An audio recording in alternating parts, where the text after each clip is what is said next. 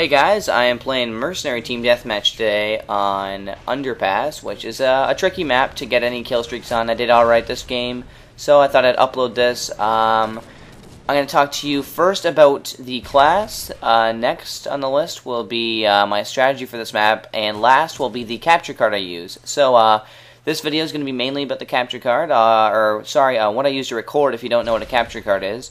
And I'm going to be talking about that in a few minutes here. I just want to go over the classes first and the strategy for you people that stay tuned for that stuff. So the class I'm using is the intervention with FMJ. I don't think FMJ does much. I think it's a little bit misleading. I think it's just for bullet penetration more than anything else. But I'm not exactly sure about that. I got no scope on it. I'm going to get the thermal scope eventually, and I'm going to see how that works out for me. Apparently it's pretty good at sniping, especially on a wasteland. It looks pretty good. You can see the perks right there. I have Sleight of Hand Pro, Stopping Power Pro, and Ninja Pro. I switched out Scavenger Pro for Sleight of Hand because I've been getting into quick scoping lately, and it's working out for me pretty well. I get some pretty nifty quick scope, in some of my videos that you'll start seeing, and I'm getting pretty good with it. So I decided to switch over to Sleight of Hand. And for Ninja Pro, I like to use it mainly in Search and Destroy, but I don't know exactly why I'm using it in Team Deathmatch. I like that comfort of really being hidden when I'm sniping, other than the muzzle flash or the red dot on the map when I take a shot. So I like that comfort of if I can run around and people not knowing where I am, as well as the heartbeat sensor, which you don't find too often in team deathmatches. Anyway, I don't anyway. And this is a nice kill right here. I didn't even see that guy. I got a random headshot of it. But yeah, that's why I use Ninja Pro and Stopping Power Pro. I just use that because you want that one shot to count. For me, that's why I like using the intervention. The intervention's got slightly more accuracy than the Barrett 50 cal, which I think makes a huge difference. I don't like using the Barrett because I need that extra bit of accuracy, and I want that one shot to be a kill, and just that shot to just make the difference. So that's my class. In the description, like always, it got the whole class in there if you guys want to check that out. Also, the strategy for this map. I don't usually, I can't think of a perfect strategy for this map other than I find myself flanking around a lot on this map. More often than not, you'll see me going really wide left. I don't like to go through the middle because of all the, this is a pretty high sniping map. A lot of people are going to be chilling in windows or the grass because it's you got so much cover on this map. Why not make the most of it? And a lot of people seem to use that. So that's why the strategies for this level is pretty difficult. And right here is an example of how bad some people are at this game. This guy made it all the way through. There was two guys right there, right next to him, and they didn't see him. Some of the stuff is pretty ridiculous in this game. Alright, so now what you guys hopefully have been waiting for. Oh, also, I just want to say one more thing before I talk about the capture card.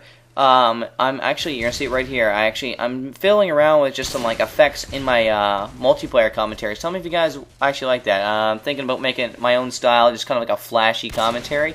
So sort of some of my kills are gonna be kind of montage-ish, if you want to call it that, or they're just gonna look nice and I'll have some neat effects and I'll actually fiddle around with it because I've been itching to do something really interesting with my videos rather than just commentate them and talk about what I'm using and all the stuff that you guys have been seeing.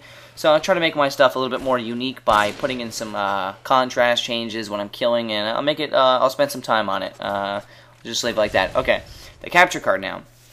The capture card is a pretty much just like a little box or whatever. It doesn't matter what shape it is. It basically records everything you see on your television that is hooked up to your Xbox and records it into a folder on your computer.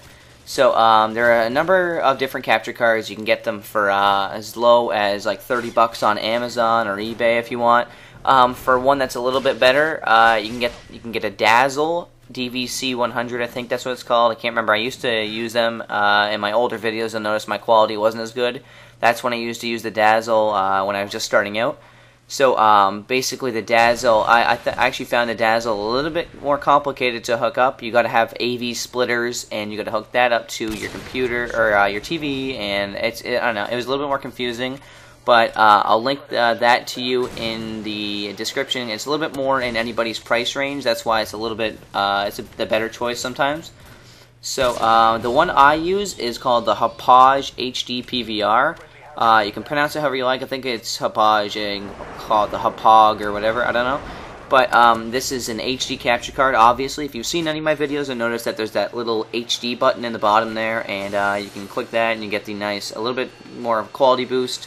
And the big screen. So that's the plus about this thing. It records in amazing quality, and the software is easy to use. The software that I use for it to capture my video is called Total Media Extreme, and all I do on there is when everything's hooked up and installed, I click capture. It records everything you're seeing right now. I click stop capture after a game or something. That's what I usually do, and it records it and saves it to a folder on my computer. So my capture card, other than the dazzle uses composite cables, and you can actually switch out the S video if you want a little bit more quality boost. So you can actually get fairly good quality out of the dazzle. So if you're not looking to spend $300, which is what the Hauppauge costs, then definitely go for the dazzle. You can, with the right settings, you can get some really good quality, and it's really nice to use. And it's simple. The software is not bad. I just didn't like it, the editing software on it, so I switched over to this and used Sony Vegas as well.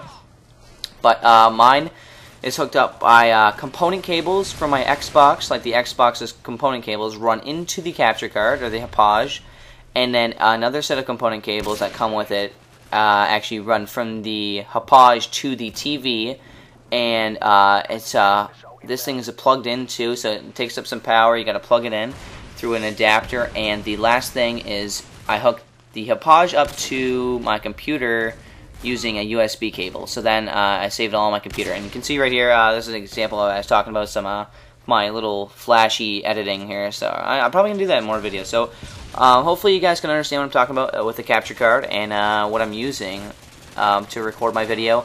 If you guys want to know the editing software I'm using Sony Vegas Pro 9. I like that. You get some freedom to have some fun. You can do a lot with it. There's a lot of add-ons and stuff. You can torrent it for free, piratebay.org, I think, but I could never figure it out. I actually spent the $600 on it, so I had to dip into my savings for that piece of software, which I think it's worth it. It's actually kind of a rip-off, to be honest. $600 for editing software, but it does me well, so I can't complain.